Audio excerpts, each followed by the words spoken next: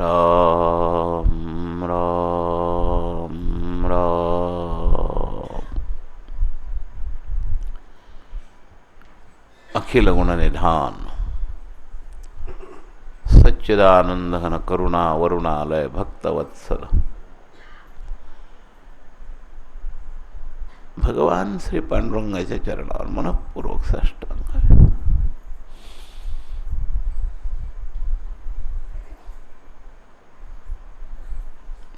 आद्याचार्यांपासून स्मराचार्यांपर्यंत सकल संत वृंदांना साष्टांग अभिवादन.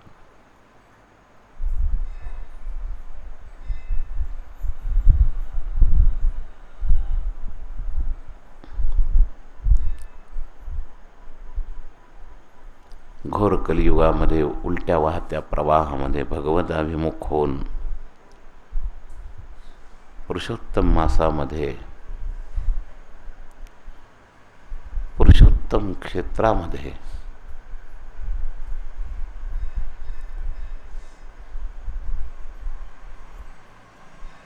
कलियुगातल्या श्रेष्ठ असणाऱ्या नामसाधनेमध्ये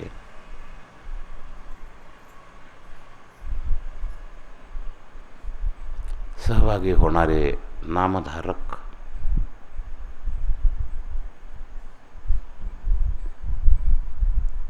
या सगळ्यांबद्दल सद्भाव प्रगट करून भाग्यानं तरतम पर अंतर जरूर असेल, परंतु निदान या पवित्र नाम साधनेत स्पर्श झालेले तरी साधक इथं सगळेच आहेत. कालदृष्ट्या काही कमी जास्त असतील, पण कोण्या पवित्र काळात संबंध येईल आणि कोणत्या अंतःकरणावर काय परिणाम होईल सांगता येत नाही. कोण्या दिवशी उपस्थिती राहील त्या दिवशी काय मिळेल आणि अंतःकरण परिवर्तित होईल. स्वल्पमप्यस्य धर्मस्य त्रायते महतो भयात. या थोड्या साधनामध्ये मोठ्या भवसागरातून तरण्याचं सामर्थ्य आहे. त्या भाग्याने जे जे उपस्थित आहेत त्यांच्याकरता थोडीसं चिंतन रोज आपण करतो. चिंतनातही खूप प्रकार आहेत. कधी रागावलं जातं, कधी प्रेमानं सांगितलं जातं, कधी भगवत प्रेमाकडं केंद्र केलं जातं, कधी दोष निरीक्षणाकडं केंद्र केलं जातं. काल आपण पाहिलं पापने तजोने हरीने भजो. आज मी आपल्याला सांगणार आहे आत्मकेंद्रित व्हा. विनाकारण दुसऱ्याकडं पाहत राहतो. आपलं स्वतःचं कसे या वानवाणी का गुणदोष मज काय त्याचे उणे असे. आत्मकेंद्रित व्हा. यावत घटना भगवंतानी आपल्या हिताकरताच केलेल्या आहेत अशी संगती लावायला शिकलं पाहिजे. सगळ्या घटना, दिलेले आजार, दिलेली संपत्ती, दिलेली अनुकूलता, दिलेली प्रतिकूलता, ही सगळी भगवंताने आपल्या हिताकरता दिली असं आपल्याला कळलं पाहिजे. कारण त्याचा स्वभाव आहे सुहृदम सर्वभूतानाम. त्याची मूळ इच्छा आहे सगळ्या जीवांनी माझ्याकडे यावं. सब मम प्रिय सब मम उपजाय. आईचं जसं सगळ्या पोरांवर सारखं प्रेम असतं पूर्वीच्या काळातल्या आईचं, आता कलीच्या वातावरणामध्ये आईसुद्धा दृष्टांत देण्याजोग्या आया राहिल्या नाहीत. त्या अपवाद. पण आई या हृदयाचं अंतःकरण पूर्वी जे म्हटलंय, आईचा पासोनी काढिती हित देवोनी वाढविती नाही श्रुती परवती माऊली जगा. लेकुराचे हित जाणे माऊलीचे चित्त. हे जे माऊलींचं माऊली शब्दाशी संबंधित असणारा जो व्याख्या आहे, ऐसी कनवळ्याची जाती करी लाभाविण. परमात्मा सगळ्यांची आई आहे. आपण प्रार्थना सुरुवात करतो त्वमेव माता. परमात्मा सगळ्यांची आई आहे. पिता पण परमात्मा आहे. व्यवहारामध्ये माता वेगळी असते, पिता वेगळा असतो. माता पिता एक नसतात. परमार्थातलं माता आणि पिता एकच आहे. परमात्मातला बंधूही एकच आहे. त्वमेव माता च पिता त्वमेव. परमार्थामधला सखाही एकच आहे. त्वमेव बंधुश्च सखा त्वमेव. परमात्मामध्ये होणारं ज्ञानही परमात्माचं आहे. त्वमेव विद्या द्रविणं त्वमेव. परमार्थामध्ये मला मिळणारं धनही परमात्मा आहे. त्वमेव सर्वं मम देव देव. सर्व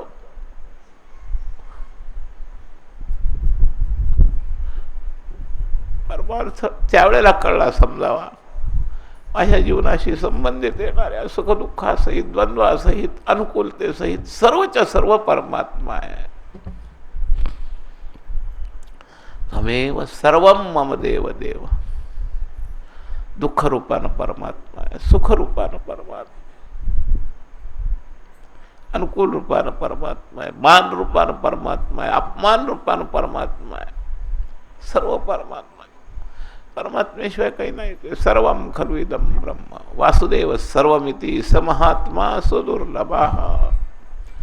तो दुर्लभ महात्मा आहे. ज्याला सगळीकडे वासुदेव दिसतो, तो दुर्लभ महात्मा आहे.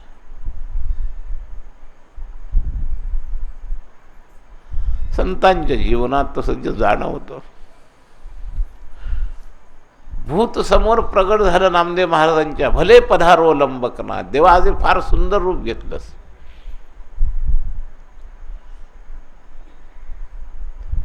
आपल्या जीवनात येणारं दुःख परमात्म्याचं रूप आहे हे कळावं. दुःख नाही ज्याच्याशिवाय जगतात काही नाही, त्याच्यात दुःख तरी वेगळं कुठून राहील. सुख वेगळं राहणार नाही, दुःख वेगळं राहणार नाही, पदार्थ वेगळे राहणार नाही. सर्व सर्व सर्वे सर्व परमात्मा आहे. सर्व परमात्मा. त्वमेव सर्वं मम देव देव. पहिला श्लोक रोज आपण म्हणतो. निष्ठेची पराकाष्ठा आहे. साधे शब्द आहेत, पण कधी गहिराईनं आपण पाहत नाही. परमात्मा सुहृद आहे. परमात्मा अतिशय कल्याणमयी आहे. सूर्याला अंधार माहीत नाही, परमात्म्याला अवकृपा माहिती नाही. अतिशय कृपामय. कळावं लागतं, कळावं लागतं. लहान मुलाकरता आईची प्रत्येक क्रिया हितैषी असते. खूप लाड करते तेही हिता करता. पोरग रडत असताना, लहानपणी न्हाऊ घालताना ते रडत असतं तरी ते अंग चोळतच असते, तेही हिता करतात. बाकीचा म्हणेल अरे एवढं ते रडते तुझं काय चाललंय, ते म्हणेल त्या पोराला कसं वागवायचं तुझ्यापेक्षा मला जास्त माहिती आहे. ते हात रगडतच असतं, ते पोरग रडतच असतं, पण ती आई ते डाळीचं पीठ चोळतच असते. आज ते प्रेमच राहिलं नाही. नुसते कृत्रिम औषधं देऊन फोपशे करून ठेवतात. पूर्वीच्या लोकांची हाडं इतकी पक्की होती की झाडावरून पडला तरी काय व्हायचं नाही. आईनं घेतलेली ती मेहनत त्याला कारणीभूत आहे. आणि ती मेहनत घेत असताना ते पोरग रडत असतं. त्याला काय कळतंय? तुम्हाला दिलेली सुखदुःख हे तुमच्या हिताकरता असतात. हे ज्या दिवशी कळेल त्या दिवशी सुखदुःखात देव दिसायला लागेल. अपमान करतो तेही तुम्हाला ठिकाणावर आणण्याकरता, मान देतो तेही तुम्हाला ठिकाणावर आणण्याकरता. ती प्रत्येक गोष्ट तुमच्या जीवनाकरता आवश्यक आहे. आपला जमा खर्च आपल्याला कळत नाही, तो फक्त त्याला कळालेला असतो. आमची अपुरी बुद्धी देवावर अपवाद देते. मी एवढं भजन करतो आणि देवाने असं का केलं? अरे तुझ्या हिताकरताच केलंय. जे केलंय ते तुझ्या हिताकरता आहे. गरिबी दिली तीही हिताकरता, श्रीमंती दिली तीही हिताकरता, सेवेकरता, लोकांच्या सेवेकरता. नाथ महाराज खूप श्रीमंत होते. नाथ महाराजांची पत्नी खूप शांत होती. नाथ महाराज म्हणतात देवा तुझे उपकार आहेत. पत्नी खूप चांगली दिली म्हणून माझ्या हातून हा चांगला परमार्थ होतो, परोपकार होतो. तुकाराम महाराजांची पत्नी खूप कजाग होती, वरून आतून फार पतिव्रता होती, फार पतिव्रता, पण वरून फार कडक होती. तुकोबाराय म्हणले, बरे झाले देवा बाईल कर्कशा, ती जर अशी नसती तर मी परमार्थिक झालो नसतो. नरसिंह मेहत्याची पत्नी लवकरच मेली. ते देवाला म्हणतात, भर भयो भागो जंजाळ. बरं झालं देवा, ज्याने चांगली पत्नी ते देवालाच बरं झालं म्हणतात, ज्याची कजाक पत्नी ते देवालाच बरं झालं म्हणतात, ज्याची पत्नी मरून गेली ते देवाला म्हणतात फार बरं झालं. संतांची दृष्टी आत्मकेंद्रित असते. आपली दृष्टी आत्मकेंद्रित करा. दुसऱ्याचे दोष पाहू नका, दुसऱ्याकडे पाहू नका. देवापर्यंत आपण दुसरीकडे पाहत राहतो, देवाला दोष देत राहतो, इथपर्यंत आपली मदत जाते. अरे ज्या देवाचे भक्त म्हणवतात त्याच्याविषयी निर्दोष निष्ठा असणं गरजेचं आहे. परमात्मा कधीही कुणाकरताही काहीही चुकीचंच करत नाही. चूक हा मानवाचा स्वभाव आहे, परमात्म्याचा नाही. संत, परमात्मा आणि शास्त्र या तिन्ही बिनचूक आहेत. म्हणून कधी शास्त्रात दोष काढू नये, संतांच्या वागण्यात दोष काढू नये. संतांची हितैषी वृत्ती असे. का बोलले नाहीत त्याच्यातही माझं हित आहे, आम्हाला कुठेतरी आत वळून पाहायचं आहे. महाराज बसूनही भेदले नाहीत. आम्ही म्हणतो आम्ही आमच्याकडं वळून पाहत नाही, आम्ही एवढं बसलो, बोलले सुद्धा नाही महाराज. का बोलले नसतील? आपलं कुठं चुकतंय असा विचार केला पाहिजे. आपल्याला काय अंतर्मुख व्हायला लावायचं आहे त्यांना. आपली निष्ठा महाराजावरची घसरते पण आपल्याकडं केंद्र जात नाही. आपल्याला मान नाही, आपल्याला बोलत नाहीत. आत्मकेंद्रित व्हा. संत कधी चुकत नसतात हे लक्षात ठेवा. मी तर आमच्या जवळच्या लोकांना सांगतो की संतांच्या न्यायी बुद्धीवरचा ज्याचा विश्वास गेला त्याची संतावरची निष्ठा गेली. संत प्रत्येक जीवाशी जे वागतात ते बरोबर वागतात. आपण आपली चूक शोधायचा प्रयत्न करा, संताच्या वागण्यात दोष काढू नका. आम्ही संताच्या वागण्यात दोष काढतो. आपली चूक पहा, आपली. आत्मकेंद्रित व्हा. आत्मनिरीक्षण याचा एक अंग. जसं बाह्यकृतीमध्ये पापाचा त्याग करा असं सांगितलं काल, पापने तजोने हरीने भजो, तसं आजच्या याच्यात सांगतो. सगळ्यात पहिला टप्पा या 3 ठिकाणी आपली बुद्धी त्याच्या पुढं जाता कामा नये. त्याच्या पुढं ज्याची बुद्धी स्वतःची जाते या तिन्हीच्या पुढं त्याला मी स्वतः प्रामाण्यवादी म्हणतो. आणि कलियुगामध्ये सर्वात जास्त नुकसान परमार्थातल्या लोकांचं सुद्धा स्वतः प्रामाण्यवादाने झालेलं आहे. संत म्हणतात तेच बरोबर, शास्त्र म्हणतं तेच बरोबर, परमात्मा सांगतात तेच बरोबर. ईशवचन, शास्त्रवचन आणि संत वचन करून ठेवा आत्मकेंद्रित होताना. याच्या पुढं आपलं मन पळता कामा नये, दौडता कामा नये. शास्त्र त्याचंच नाव आहे, अहितापासून काढिती हितदेवोनी वाढविती, नाही श्रुती परवती माऊली जगा. शास्त्रासारखं आईवडील नाहीत, संतांसारखे आईवडील नाहीत. तुम्ही संत मायबाप कृपावर. व्यवहारी आईबाप स्वार्थानं कदाचित दोष करतील व्यवहारामध्ये, संत करू शकत नाही. तुम्ही संत मायबाप कृपावंत कायमी पतित कीर्ती. संत कधीच अकल्याण करत नाही, संत कधी व्यवहार चुकू शकत नाही. परमार्थ तर चुकणारच नाही पण व्यवहारात सुद्धा चुकणार नाही अशी श्रद्धा व्हायला पाहिजे. आमचे रघुनाथ महाराजांची व्याख्या एका शब्दात होती, बिनचुकती संत. त्यांच्या तोंडून मी ऐकली. संत कोणाला म्हणावं की जो बिनचूक आहे त्याचं नाव संत. आणि तुमची संतनिष्ठा अशी व्हायला पाहिजे. आम्ही संत मानतो पण पार शेवटपर्यंत कितीतरी काळापर्यंत 80% बरोबर आहे, पण 20% चुकतात असं समजतो, बिनचूक समजत नाही. काही लोकांना आपल्या व्यवहारिक ज्ञानाचा इतका अभिमान असतो, त्याच्या ते परमार्थ त्यांना कुठं व्यवहाराची सवय आहे. व्यवहाराची गोष्ट वेगळी, व्यवहारात जे आपल्याला कळतं ते काही महाराजांना कळतं का? पण कितीतरी काळापर्यंत संतांचे भक्त असतात, संतांजवळ येतात, पण मनात कुठेतरी कोपऱ्यामध्ये व्यवहारातल्या आपल्या ज्ञानाचा अभिमान असतो. त्यानं काय कळणार आहे व्यवहारातलं? त्यांनी कुठं व्यवहार केला आहे? त्यांनी कुठं प्रपंच केला आहे? त्यांना काय प्रपंचातलं कळायचं आहे? वयाच्या 16 वर्षी ज्ञानेश्वरीमध्ये इतके प्रपंचातले बारकावे माऊलीच्या तोंडून प्रगट झाले, तुम्ही काय पाहू शकता?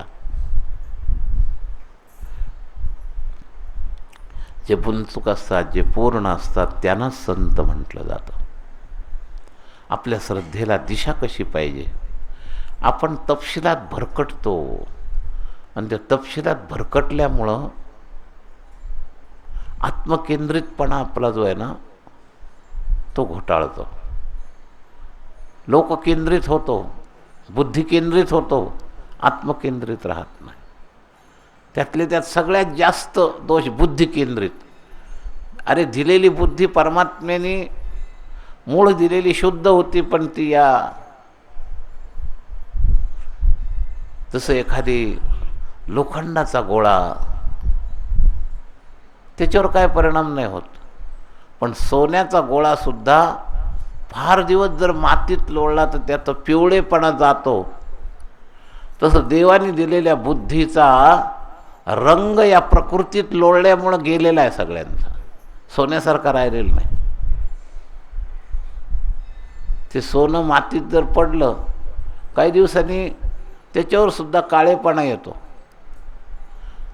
तसं चैतन्याच्या जवळ असणारं अंतःकरण, त्यातली बुद्धी पण प्रकृतीच्या वातावरणामध्ये घोळली गेलेली आहे, आणि त्यामुळे ती शुद्ध राहिलेली नाही.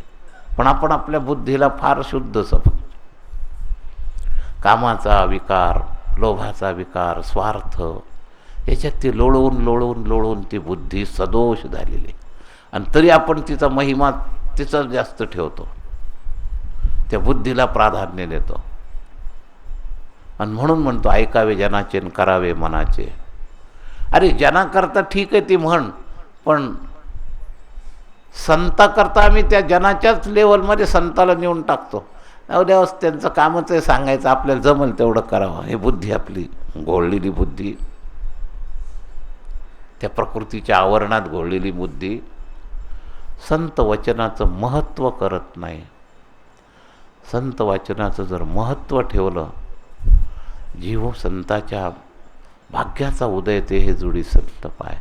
काही लोक भाग्यानं संतांच्या जवळ जातात, पण संत वचनाचा आदर करत नाहीत. ज्यांनी संत वचनाचा आदर केला, अगदी पक्की गोष्ट लक्षात ठेवा, तुमचं कल्याण झाल्याशिवाय राहणार नाही. शास्त्रवचनामध्ये तरी निवडानिवडीला थोडीशी अडचण असते. पुस्तकातून औषध निवडायचं स्वतः करता अवघड आहे, पण डॉक्टरच्या हातात नाडी दिल्यावर, डॉक्टरने तपासल्यावर, डॉक्टरच्या औषधावर विश्वास ठेवून ते औषध घ्या, तुमचा रोग बरा होईल. त्याचं वैशिष्ट्य निदान करण्याकरताच त्याला डॉक्टरकीची पदवी दिलेली. संतांना तुमच्या कल्याणाचं निदान करण्याची नाडी हातात दिलेली आहे. म्हणून संतांवर विश्वास ठेवा, तुमचं कल्याण होईल. आम्ही संतांवर विश्वास ठेवत नाही.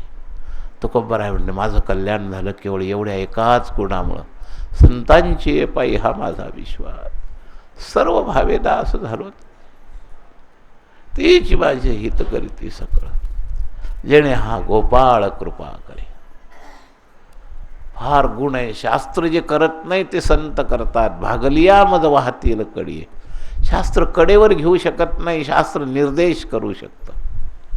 संतांमध्ये शास्त्रापेक्षा विशेष गुण काही असेल तर तो हाय भागलिया मद वाहतील, त्यांची निजोडे सर्वस्व.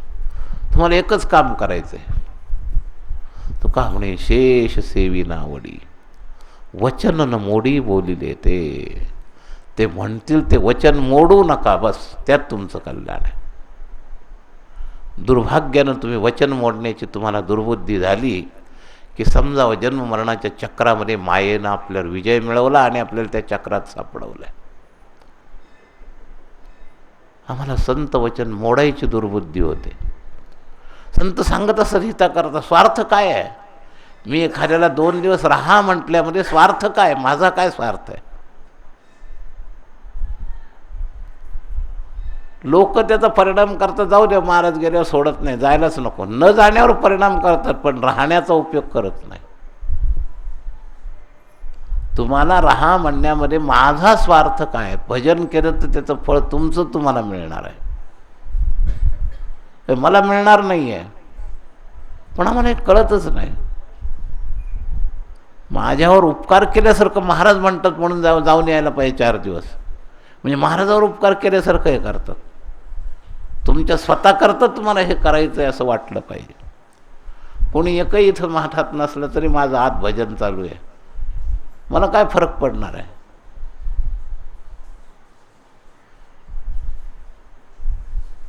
तेव्हा संतांचा दुसरा काही हेतू नाही, फक्त कल्याण व्हावं बस. मुडता हे जन न देखवे डोळा, येतो कळवळा म्हणून. हे 3 पैकी त्यातले त्यात संत वचनाचा 1 नंबर, ईश वचनाचा 2रा नंबर आणि शास्त्र वचनाचा 3रा नंबर. आत्मकेंद्रित व्हा. तुका म्हणे शेष सेवी नावडी, वचन न मोडी बोली देते.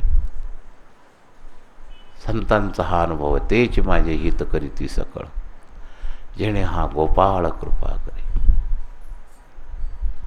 संतांची कृपा झाली की देवाला कृपा करावीच लागते. तुमच्या सगळ्या उणीवा क्युऱ्या पाहत नाहीत. कोंडाजी बाबा म्हणायचे, अरे ते वाल्या कोळी एवढा मोठा पापी, पण नारदाची अर्जावर सही झाली वशीला, देवानी निमूटपणे डोळे झाकून सही केली, सरता केला. संताने सरता केलो तैशा. त्याची काही पाहायला तयार नाही. संतांची सही झाली ना बस, त्याचं काम नाही. तुमच्या जीवनात संतांची सही व्हावी, संतांना वाटावं याचं कल्याण व्हावं बस. तुमचं कल्याण झाल्याशिवाय. पण कधी वाटेल? तुमचा विश्वास पाहून वाटेल. आतून वाटलं पाहिजे, आतून. आणि त्या विश्वासाची परीक्षा इथे आहे. तुका म्हणे शेष सेवी नावडी, वचन न मोडी बोली देते. काय वाटेल ते नुकसान होणार, वचन मोडू नका. तुमचं कल्याण झाल्याशिवाय राहणार. आत्मकेंद्रित व्हा. परिस्थितीच्या आड लपू नका, बुद्धीच्या आड लपू नका, बुद्धीला प्राधान्य देऊ नका. म्हणून परमार्थातलं सिद्धांत लक्षात ठेवा. आत्मकेंद्रित होताना शास्त्रवचन, संत वचन आणि ईश वचन याच्या पुढं आपलं मन दौडता कामा नये. याच्या पुढं आपल्या मनाने माघार घेतली पाहिजे. इतकं काम तुमच्या जीवनात झालं अशी खात्री झाली तर मी तुम्हाला लिहून देतो, तुमचं कल्याण झालं. या तिन्हीच्या पुढं तुमचं जाता कामा नये. संत म्हणते तेच बरोबर बस. मागं सरकायला शिकलं पाहिजे. आपली बुद्धी मागं सरकू देत नाही. बुद्धीला प्राधान्य आपण जास्त दिलेलं आहे. त्या बुद्धीला थोडं नमवा. कल्याण बुद्धीच्या मागं चालण्यात नाही आहे, कल्याण संत वचनाच्या मागं चालण्यात आहे. लक्षात ठेवा. शास्त्रवचनाच्या मागं चालण्यात आहे, ईशवचनाच्या मागं चाल. आत्मकेंद्रित व्हा. आत्मकेंद्रित होणं आणि बुद्धी केंद्रित बाजूला करणं हा आपल्या जीवनातला एक कचरा काढण्याचा मोठा टप्पा आहे. रोज वेगवेगळे अँगल सांगतोय मी. काल सांगितलं पाप तजो, पाप हा मोठा कचरा आहे. तसं बुद्धी केंद्रित होऊन मनपूतम समाचरित असणारा जो स्वतःप्रामाण्यवाद आहे हा काढा, हा मोठा कचरा आहे. हा मोठा कचरा जर निघाला तुमची कल्याणाची खोली स्वच्छ झाली. पुंडलिक वरदा हरिविठ्ठल ज्ञानदेव ज्ञानेश्वर महाराज की, नाम भगवान की, सब संतन की. जय जय श्री राधे श्याम.